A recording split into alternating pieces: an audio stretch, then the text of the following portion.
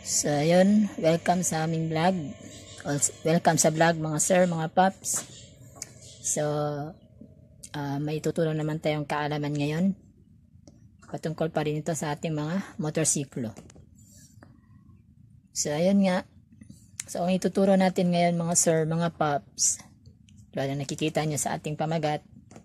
So, mga dahilan or mga reason kung bakit nagbabackfire yung ating motor. So, either nagbabackfire yung tambucho or nagbabackfire sa may carbs. So, bago natin simulan, so kung bago ka pa lang sa aking channel, so please subscribe. Click mo na din yung notification bell. Sa ganun, maging update ka sa mga videos na i-upload pa natin. At i-like and share mo na din yung videos natin at mag-comment na din kayo dyan sa comment section sa baba. So kahit yung comment nyo ay hindi regarding dito sa topic natin, sa video natin, pwede po kayong mag-comment or magtanong. So, simulan na natin.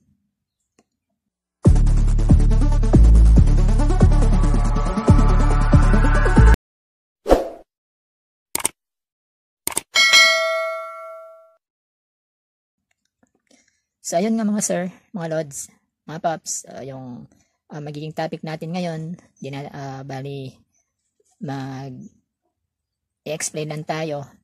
So, yung pag-uusapan natin ngayon kung bakit nagbabackfire yung motor natin.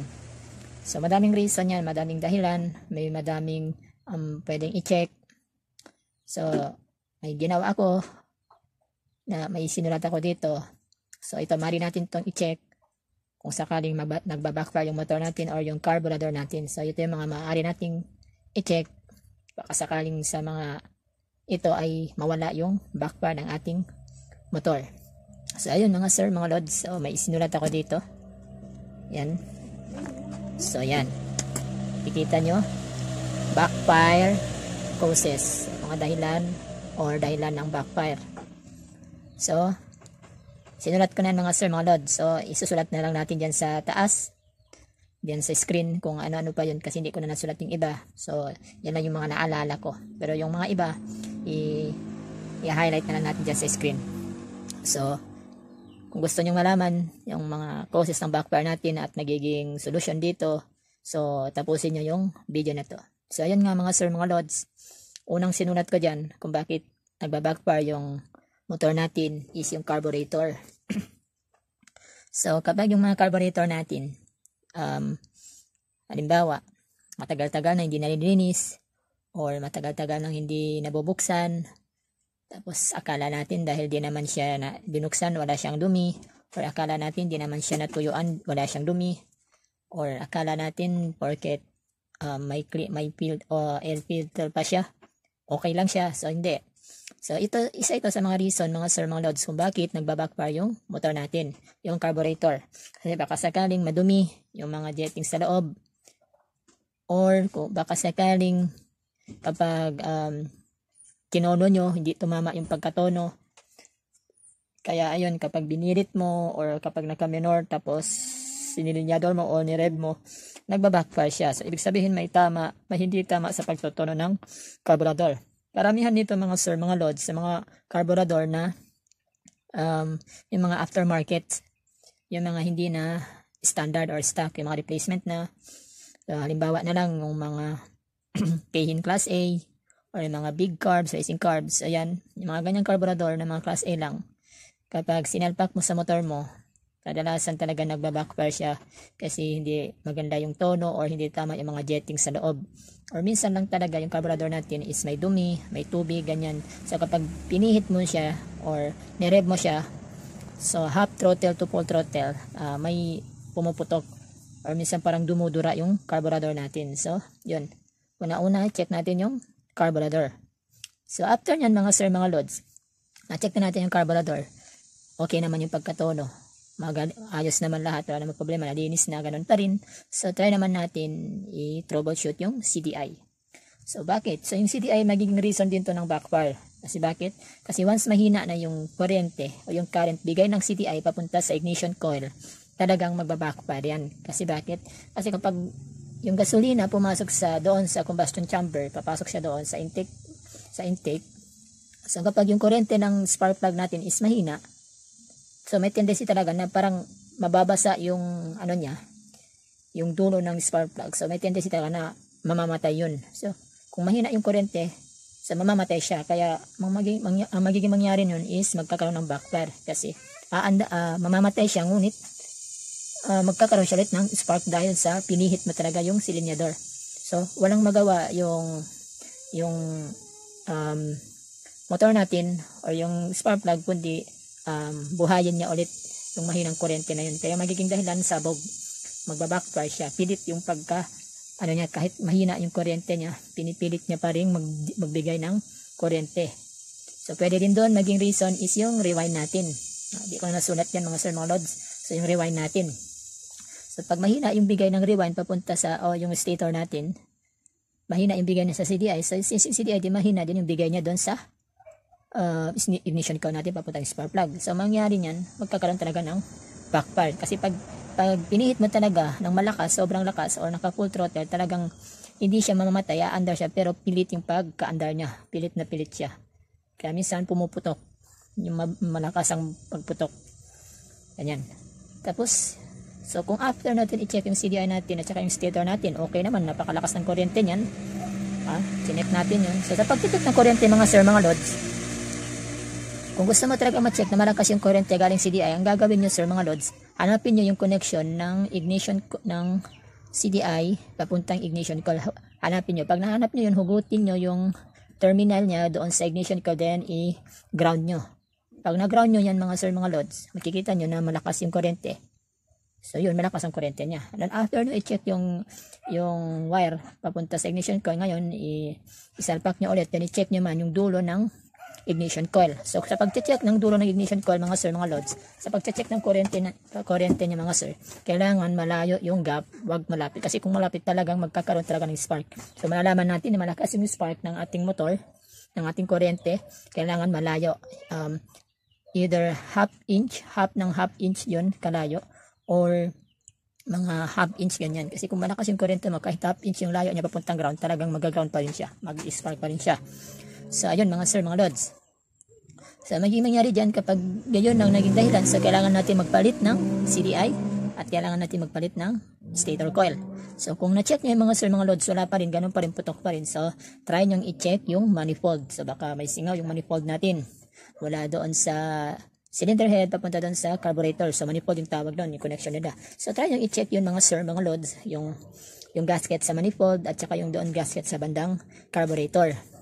So i-check nyo mga sir, mga lods, kung wala bang singaw, wala bang lumalabas na hangin, or kahit konting gasolina lang, basta nagkaroon niya ng singaw, magiging dahilan yun ng pagkawala ng minor ng motor natin, pataas, taas, pababa, ganyan, taas ng minor, tapos bababa na naman, tapos magiging dahilan din yun ng backfire. So magiging dahilan yun ng backfire kasi sobrang lakas, tapos may mga tumatakas na hangin, kaya yun, nagiging dahilan yun ng backfire. So ang gagawin natin mga sir, mga lods, is i-check natin yun. Kapag na-check natin, ang gagawin natin is either palitan natin ng bagong gasket or maglagay tayo ng gasket maker para maiwasan yung singaw doon sa manifold. Yan. So pangatlo na yung mga sir. So sunod naman mga sir, mga lods, kapag na-check na natin yung tatlo na yun, okay naman, walang singaw, okay yung CDI, okay yung kurente, yung carburetor, okay din. So check natin ngayon is yung singaw. Singaw saan? So kasama na dito yung singaw sa manifold at saka yung singaw sa ating makina. Sa makina. So either singaw doon sa cylinder head or doon sa block. Kasi minsan mga sir, mga lods, kapag may katagalan yung motor natin, minsan sumisingaw talaga yan siya, lalo na pag yung oil natin is sobra ng di na siya malagkit, yung sobrang parang tubig na siya, matagal na talaga.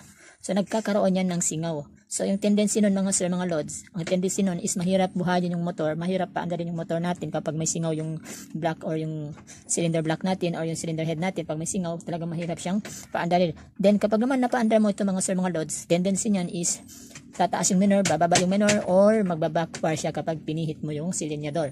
So yan yung mga reason kung bakit nagbabackfire yung motor natin, singaw. So kung may singaw, check natin, paano natin malalaman kung may singaw mga sir, mga lods? So napakasimple lang malaman. Malalaman mo kung may singaw yung cylinder head mo kapag may tumatagas na oil. Halimbawa, paandarin mo yung motor, pag pinaandar mo yan, tignan mo yung mga gilid, yung pagitan ng cylinder block at saka cylinder head. Tignan mo yun, tignan mo kung may mga hangin, may hangin na lumalabas tapos may parang bula-bula yan ng oil. So pag may nakita kang ganoon or may tumatagas na oil, so ibig sabihin nun mga sir, mga lods, yun ang dahilan ng backfire, yung singaw sa ating cylinder head or cylinder block. So ngayon mga sir, mga lods, kapag nakita mo may singaw, ang gagawin mo is either palitan mo siya ng bagong gasket or maglagay ka na lang ng gasket maker. So yun lang yung solusyon doon mga sir, mga lods. So after nun mga sir, mga lods, pag ganun pa rin, na-check mo na lahat-lahat yung apat na yan, yung carburetor, yung CDI, manifold, yung mga singaw, kung sinasabi natin singaw, ganun pa rin. So after nyan mga sir, mga lods, hindi ko na isulat dyan, dadagdag natin pang-5 or pang-6 mga sir, mga lods, is yung timing. Bakit? Anong kinalaman ng timing? So timing mga sir, sa pagtatiming ng motorsiklo, especially sa mga underbone na maliliit na motor, mga XRM, ganyan, mga Wave, mga Rusi, ganyan. So sa pagtatiming mga sir, mga lods, may proseso yan, may rulings yan. So kailangan pag nag-timing ka na kailangan naka top dead center yung magneto mo. So ibig sabihin nun, nakatapat yung letter T kung saan dapat nakatapat yun. Then kailangan yung piston or yung piston natin is nasa bandang dulo ng sa bandang dulo ng block. So ganun dapat. So pag ganun ang nangyari, kapag ganun na, ang gagawin natin doon sa pagta-timing is kailangan yung sa timing gear natin may marka doon, either bilog or line na guhit. Kailangan mga sir, mga lods, nakatapat yung guhit na yun kung saan may guhit para ilagay yung timing mark na yun. So kung gusto nyo malaman kung paano yung tamang pag-timing mga sir, mga lods, maaari kayong mag-comment yan sa baba at gawan natin sa inyo ng tutorial. So ngayon, yun lang tuturo natin sa ngayon ng tamang pag-timing. So halimbawa mga sir, mga lods, kapag yung pag-timing natin is sumobra yung timing mark ng timing gear papunta sa baba, talagang ang mangyayari niyan is magkakaroon ng pagbabackfire. Lalo na kapag pinihit mo yung throttle, yung silinyador, talagang magbabackfire siya, pumuputok talaga yan, magbabackfire yan. So kung titignan mo, akala mo short yung gasolina or may problema sa carburetor, wala. So sa timing yun. Minsan mahirap siyang paandalin. Kapag napaandar mo naman ganun, putok, may backfire. So mas okay pa mga sir, mga lods, kapag nag-timing kayo, sa aking experience sa pagta-timing, mas okay pa yung pagta-timing natin kung medyo hindi umabot yung timing mark ng timing gear doon sa bandang timing. So halimbawa mga sir, iguguhit natin dito mga sir. Halimbawa ganito mga sir. Halimbawa lang, ito yung timing gear natin. So may butas yan dito, tapos may lagayan ng bolt. So dito may bilog yan or either arrow or line. So ito dapat sir, mga sir, nakatapat siya dito. May makikita kayong mark dito sa bandang cylinder head kung saan nakatapat to. So ang mangyayari niyan mga sir, mga lods, ang mangyayari niyan, kung yung paglalagay nyo ng timing, ito, nakababa siya dito, ang tendency niyan is mahirap pa rin, then nagbabackfire. Pero kung yung pagtatiming natin is dito sa bandang taas, okay lang yan, walang problema. Kasi meron yan mga sir, mga lods, kapag medyo may katagalan yung motor natin, hindi na natin matapat talaga dito. Minsan sumusobra sa baba, minsan sumusobra sa baba. So mas maganda pa kung nasa taas siya kesa sa baba. Kasi kung ganyan, walang backfire na magaganap. Pero kung susobra siya dito, magbabackfire yung motor natin. So ayun nga mga sir, mga lods. So ganito yung pagta-timing. Halimbawa ito na yung magneto natin. Yan. Tapos may butas dito para makita natin yung timing mark. So may letter T yan dito, ganyan. Tapos dito fire F. So ganyan. So kahit naka letter T dito mga sir, mga lods, kung nakababa naman yung timing mark dito, hindi siya nakatapat dito, talagang ang tendency niya magbabackfire talaga yan. Pero ang problema naman sir, mga lods, kung halimbawa yung timing gear natin is nakamarka na rito, tapat talaga siya, pero ang problema is F naman yung dito, magbabackfire din siya kasi pa yung nakalagay sa F na yan. Para sa magbabackfire talaga yan. So kung gusto nyo malaman yung tamang pagtatiming mga sir, kung nalilituan kayo sa pag-explain ko dito, maaari kayong mag-comment dyan sa baba kung gusto nyo gawan natin ng video o tutorial yung tamang pag-timing. So yun sa pagtatiming mga sir, mga lods, naging reason din yun kung bakit nagkakaroon ng backfire yung ating motor. So yun, maliwanag ba yung mga sir? So yun. So tapos na tayo sa carburetor, sa CDI, manifold, singaw, stator, yung mga singaw sa cylinder head, cylinder block. So yun. So pagkatapos din mga sir, mga lods, ganun pa rin, nagbabackfire pa rin. Mahirap pa rin paandarin. Tapos pag pinaandar mo, pumuputok siya or dumudura yung carburetor. Kasi minsan ganun eh. Nagbabackfire sa tambutso or minsan yung carburetor natin parang dumudura. Tapos pag dumudura hanggang sa mamamatay ito. Ano magiging reason nun? Na-check mo na lahat-lahat nun. Yung carburetor, yung CDI, yung stator, yung manifold, yung singaw, yung cylinder head natin, yung timing. Na-check mo na yung lahat mga sir, pero ganun pa rin. So dito na tayo pupunta sa bandang huli. So dito na sa spark plug. So ito last time mga sir, mga lods, makakwento ko lang sa inyo. Last time nagkaroon ako ng problema dito. So bali na-check ko na to lahat. Chinek ko na yung lahat. Hindi ko naman akalain kasi bago din yung spark plug na bili ko. Hindi ko din naman akalain na masisira siya. So ito na yung chinek ko, yung mga nasabi ko kanina. Yan. So after kong chinek yun, ganun pa rin. Putok pa rin. Tapos dumudura yung carburetor. Tapos pag pinatakbo, pumuputok yung tambutso. So sabi ko, naging problema nito. Bago naman yung spark plug. Kasi hindi ko na to ano pa ng panahon dito. Kasi alam kong bago to, walang problema. So yun pala mga sir, mga lods. Yung spark plug na nabili ko is may sira. Factory defect pala. So yun. Di ko napansin mga sir, mga lods, na yung spark plug ko pala is sira. Yung inilagay ko sa aking motor. So ang tendency nun mga sir, mga lods, yung nangyari kasi sa motor ko. So yun nga mga sir. So ang tendency niyan mga sir, mga lods, ang nangyari doon is nung kinabit ko, yung inayos ko yung motor ko, pumuputok kasi tapos yung carburetor is dumudura. Tapos pagkadura niya 3 times to 4 times namamatay bigla yung makina, tapos merap naman siyang paandarin. So ang ginawa ko mga sir, kasi na-check ko na ngayon lahat, tinik ko yung spark plug. Sabi ko parang okay naman yung spark plug, wala namang nangyari, okay. Sabi ko bago. Pero kahit ganun, tinay ko magpalit ng bagong spark plug. So ayun nga mga sir, so nung chinek ko na yung spark plug, pinalitan ko siya ng bago. So ayun nga, pag andar ko ng motor, ayun, umandar na siya ng maayos. Tapos di na siya pumuputok, di na siya nagbabackfire. Tapos yung carburetor natin, hindi na siya parang dumudura. Maayos na yung takbo niya. So yun pala, sira pala yung spark plug na bagong bili. So ibig sabihin, kapag yung spark plug natin may tama na or malapit ng masira, nagbabackfire siya. Siya yung nagiging sani kung bakit nagbabackfire or mahirap i-start yung ating mga motor. Kaya nilagay ko yung spark plug sa bandang huli kasi di naman tayo pwede agad mag-check sa spark plug. Check muna natin to. Kasi baka nagpalit tayo ng spark plug ng bago kahit okay na yung spark plug natin. Kasi minsan kasi mga sir, mga lord, kapag hindi umanda yung motor natin o nagbabackfire or biglang namamatay, ang ginagawa natin is pinapalitan yung spark plug.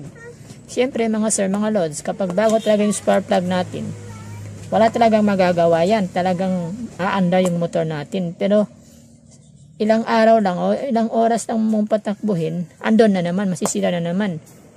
So ang tendency nun, magpapalit ka palagi ng spark plug. So hindi ganun mga sir, mga lords.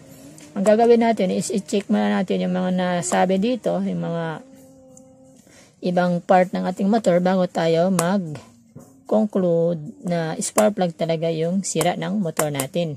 So kaya nilagay ko yung spark plug sa bandang huli kasi di naman to basta-basta nasisira kung walang naging depekto sa ating mga motor, carburetor or walang depekto yung ating mga kuryente.